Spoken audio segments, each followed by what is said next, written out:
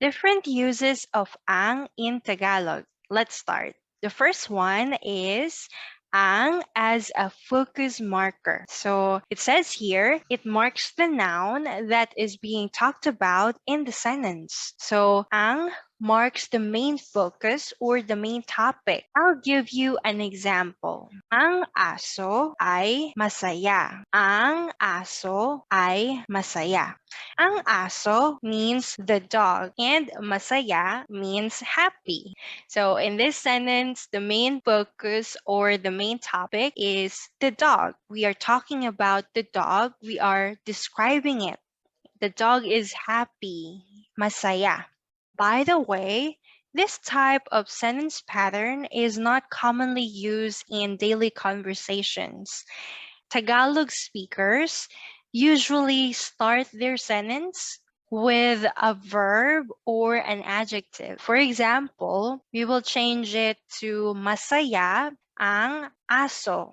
Masaya ang aso. It means the same, but we put the adjective at the beginning. And this is a more common way to speak. It's more natural. I'll give you another example. Mabaho ang t-shirt. Mabaho ang t-shirt. In this sentence, the main focus is the t-shirt. Ang t-shirt. Mabaho means stinky. We are describing the shirt. It is stinky. We can also make it similar to the first sentence, just like this. Ang t-shirt ay mabaho. Ang t-shirt ay mabaho. The t-shirt is stinky. But I'll say it again, this is not commonly used in a daily conversation. This is still acceptable and it's correct, but if you want to sound natural, you have to practice making your sentence with the verb first or the adjective. Let's go to the next use of ang as an actor marker. So it says here, it marks the noun, which is the actor in the sentence. In the sentence, we usually have a verb and there is someone who is doing the action. And ang's job is to mark that actor. Another thing, ang doesn't mark the names of people. So ang only marks common nouns for people. So we can't use ang to mark a person's name because we have a different marker for that. And that is another topic for another video. So I hope you can watch that in the future. Let's go to the example. Naglalaro ang bata. Naglalaro ang bata. The kid is playing. So, naglalaro is a verb. It means playing. Bata means child or a kid. So, ang bata, the kid, is playing. Naglalaro. So, in this sentence, there is an action and the actor is the kid, bata.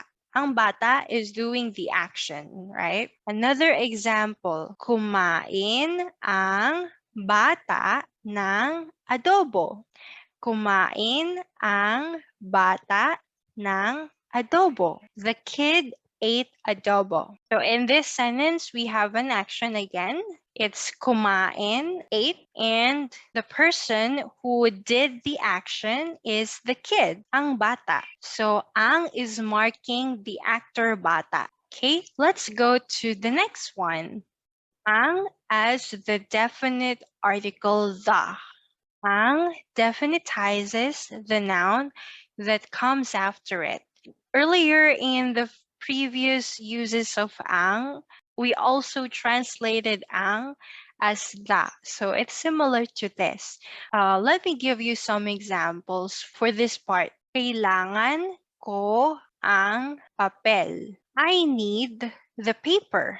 Kailangan means need, ko is I, and ang papel means the paper. Kailangan ko ang papel. I need the paper. The next one is gusto ko ang ampalaya. Gusto ko ang ampalaya. I like the bitter melon. So In this sentence, we also used ang as a definite article. I have here a comparison with an indefinite article, ang versus nang. Over here, I have the first example, kailangan ko ang papel. It's translated as, I need the paper. And if we use nang, kailangan ko ng papel. So it will be translated as, I need a paper. Gusto ko ang ampalaya. I like the bitter melon. Gusto ko ng ampalaya. I like bitter melons. Or, yeah, we usually say this expression when we are craving for something. Yeah, and that's it. The last one is ang as a noun or an adjective intensifier. It intensifies or magnifies the trait of the noun or an adjective. I'll give you an example. Ang baho. Ang baho. So stinky. It smells very bad. Earlier, we learned the adjective mabaho. And this one is the root word. It's the noun baho, right? It means stink. Another thing is if the adjective has a ma prefix, you need to drop the ma prefix, leaving just the root word or the noun. So we have here the word mabaho, and we want to use it with ang as an intensifier. So we have to remove ma. So we would just leave baho, right? So ang baho means so stinky. It smells very bad. Another example, ang saya. Ang saya, so fun, very enjoyable. So we also have earlier the adjective masaya. It's an adjective for happy, masaya. And it also has a ma prefix, right? So we have to remove ma again. We will only leave saya. So now we have ang saya.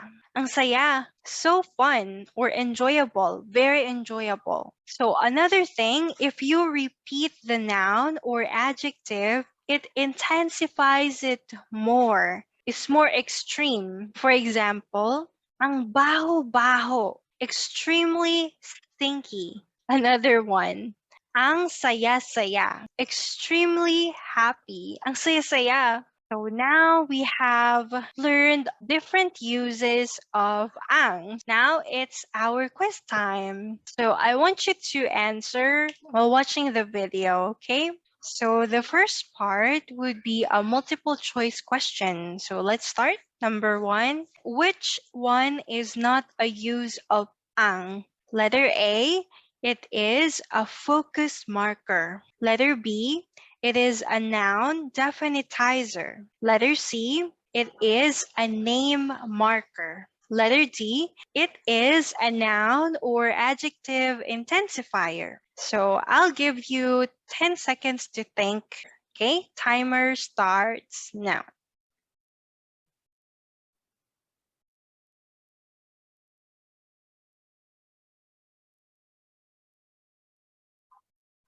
All right, time's up. The answer is letter C. It is a name marker.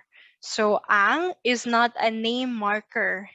It doesn't mark a person's name, right? Okay, let's go to the next one. Ang aso ay mabaho. What does it mean? Letter A, the kid is happy. Letter B, the dog is happy. Letter C, the dog is stinky. Letter D, the kid is stinky. I'll give you another 10 seconds. Timer starts now.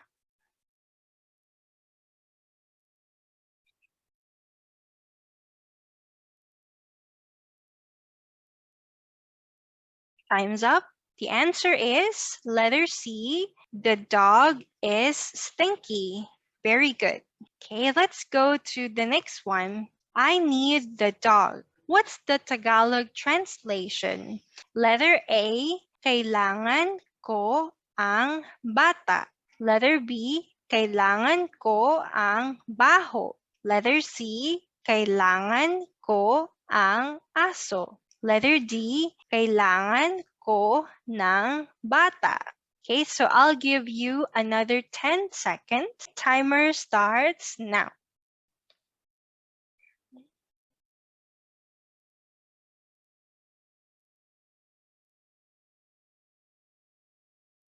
Okay, time's up. The answer is letter C, kailangan ko ang aso. I need the dog. Aso is dog, right? Okay, let's go to the next one. What does ang saya-saya ko mean? Letter A, I am happy. Letter B, I am so stinky. Letter C, I am so happy. Letter D, I am very thankful. Okay, so I'll give you 10 seconds again. Timer starts now.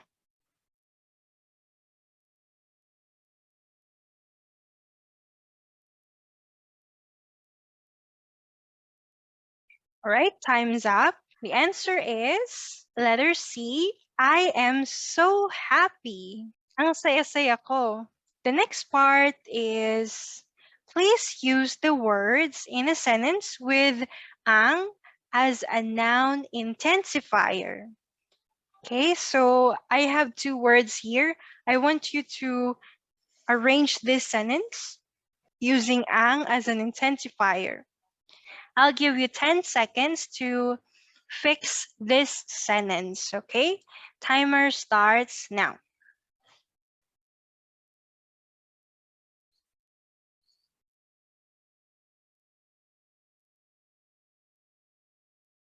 Time's up. The answer is ang saya. Ang saya. So you have to drop the ma prefix, right? It will just be saya. Ang saya.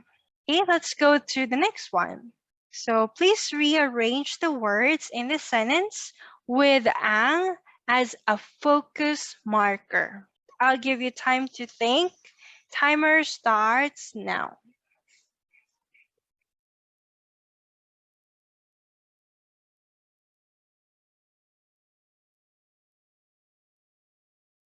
Okay, time's up. The answer is ang t-shirt ay mabaho. Ang t-shirt ay mabaho. Very good. Let's move on to our last part, the challenge. So my challenge is make a sentence with ang. You can choose from all the uses of ang that we discussed in this video. Please leave your answer at the comment section below, and I will definitely read your sentence. If you have any questions or suggestions, please don't hesitate to leave a comment below. I will check that out later. And that's it for this lesson. If you want more Tagalog lessons like this, please hit that subscribe button and also follow me on my social media accounts. Maraming salamat po. Thank you. Bye!